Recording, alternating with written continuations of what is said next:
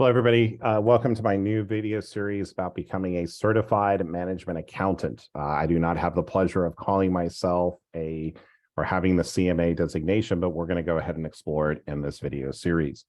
So this is my first part over here. What is this? See, what is a certified management accountant? So let's go over here. My disclaimer and copyright notice. The information and opinions in this presentation are those of the author only and not the authors of employers or affiliated organizations, including but not limited to Irvine Valley College in the South Orange County Community College District. This presentation is for educational purposes only and does not constitute any legal or accounting advice whatsoever. This is my copyright, but the thing is, I'm pretty much pulling this stuff from the internet, so I'm not claiming any copyright in any of the material. But if you do choose to use any of my presentations in your teaching or like, just make sure to give attribution, meaning that you including this introduction. So what is the CMA? That's going to be our first video, which is now, and then we're going to talk about what is the process of becoming a certified management accountant from beginning to end. A preview of the CMA exam, preview part 2 of the CMA exam. There's 2 parts, 4 hours each. And then once I get the package from the CMA Exam Academy, I will be doing an unboxing of that. And then lastly, will I actually go through and sign up to become a CMA and then schedule a test at a Prometric testing center? But before we kind of go through and look at this, right? So whenever anybody talks to you about a designation, right? So this is when you're looking at different types of licenses, and this is really what I have more experience with because I do have the first 2. Let's look at becoming an attorney. This is very, very expensive. And you put the big dollar signs on the educational part because not only is it a bachelor's degree, but you need to go to law school. When you go to law school, you probably want to go to the best name possible. Ultimately, the name of the school is not going to have anything really to do with your success, but it gives you a significant edge up. If you're at a certain type of law school, it's looked at very differently than other law schools are. So to become an attorney, what do you need to do? Do you need to lie, cheat, and steal? No, you have to pass the bar exam. Every state has a different bar exam, right? So it's not uniform.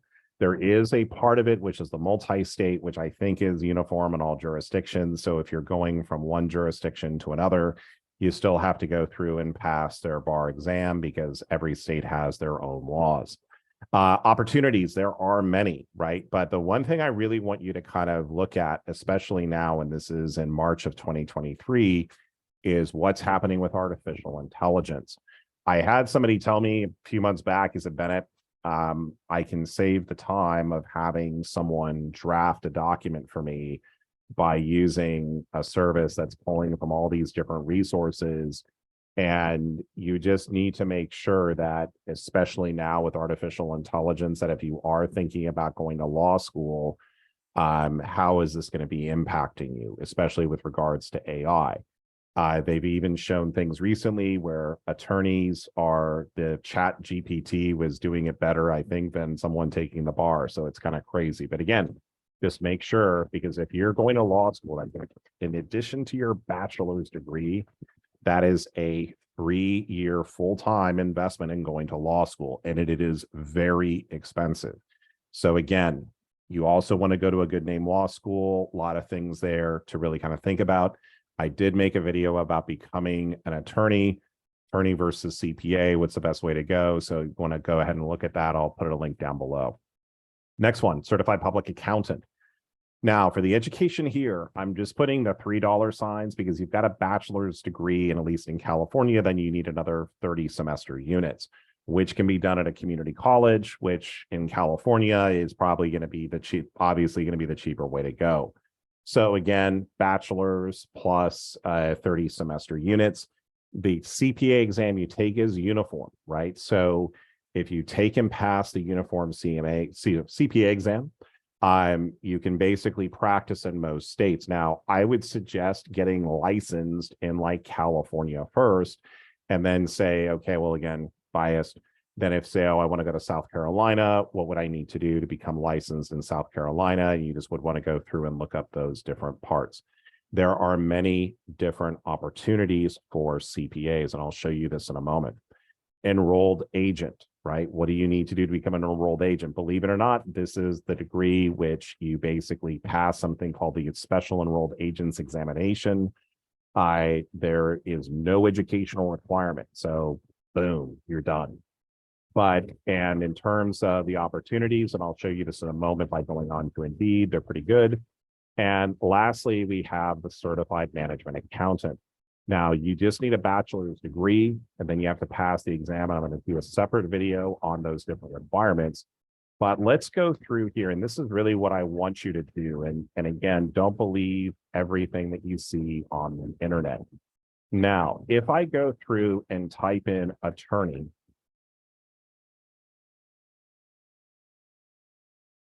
if I type in attorney, it's coming back here with 1,543 jobs.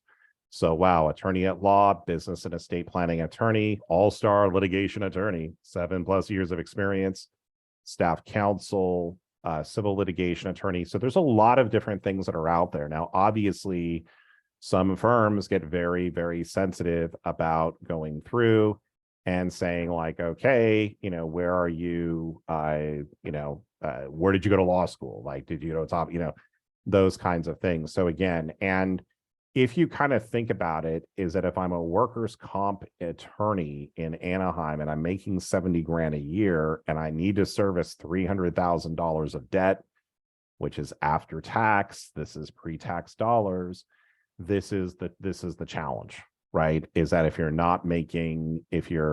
making a lower amount of money, it's going to be very difficult to go through and service the debt. So you have to think about that as you're kind of going through and looking at different potential routes. Let's look at the next one. If I say CPA, and this has over here 1,063 jobs, right? So CPA, with the number of retirements in the profession, it is a huge demand, unlike anything we've seen before. Obviously, with the economic slowdown, maybe changing a little bit. But again, with becoming a CPA, there are a ton of jobs out there, right? Now let's go to the next one. Let's go enrolled agent. And if I look at enrolled agent, this has about 142 jobs. So, and this is in Orange County, California. We are the state that has chased out every single manufacturer because of our crazy labor laws. But in terms of tax, CPA, attorney, clearly those different jobs still have a very big demand. Now, over here, though, what you'll kind of notice is you're kind of saying tax preparer bond. Again, you have to kind of go through and look at these different ones, but I'm just doing general parts. Now, let's type in CMA. And when I type in CMA, what's coming up, there's 78 jobs, but it's coming up as a certified medical assistant, or CMA. Like all these things over here, they're all medical assistants. So what I want to do is I want to go certified management accountant, and let's see what comes up. Nothing's coming up here. Let's go CMA accountant. Now this is coming up over here with about 14 jobs. And if I look at this over here, and this is Brothers International's Schweppes ice cream. Over here, you look at the kind of like over here, the different types of what are the qualifications over here. And let's just kind of go through and see here. Okay. CPA, CMA, and or MBA a plus, right? So here's something where the certified management accountant is going through and being recognized. So again, there are jobs out there. It also may just be too, if we type in Texas, where there tends to be a little bit more jobs. This actually has over here is 143 jobs in the state of Texas. So but this is the entire state. Texas is big.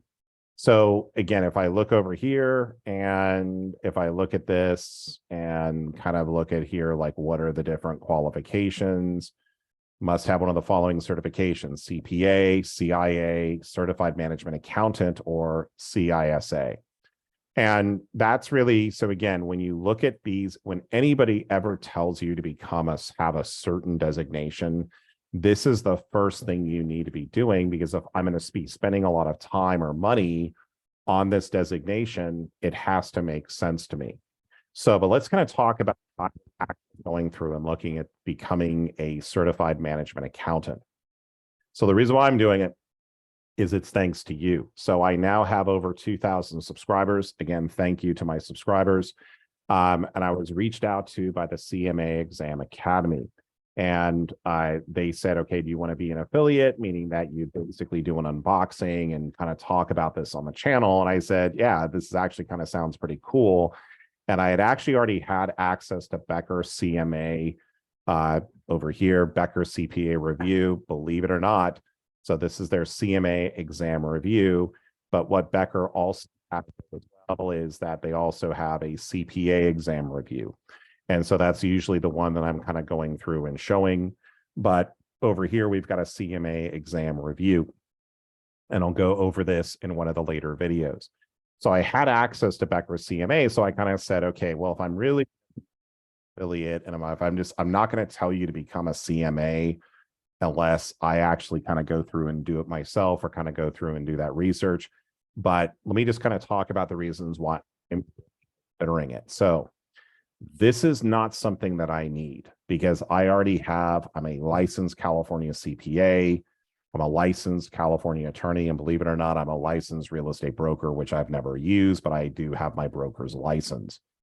I also teach accounting every day, right? And that is actually going to be, I think, an advantage to me when it comes to becoming a certified management accountant, because in kind of some of the materials I've already reviewed, I've actually kind of seen a lot of different things where it's like, oh, might be a little bit easier for me to prepare for because I'm doing this every day teaching my students. Now, but here's the real reason why I'm really considering becoming a certified management accountant is that I've always felt like with financial accounting, there's like a nice beginning and end. And the beginning is, okay, we're going to do income statement, statement of retained earnings, and a balance sheet. We're going to go through, look at other balance sheet, liability, equity categories, and we're going to end up on the final exam with cash flows. Cash flows ties in everything very nicely together. Once I go through and have that kind of under my belt, right, that's great for financial accounting. When it comes to managerial accounting, though, this is what I've always had an issue with.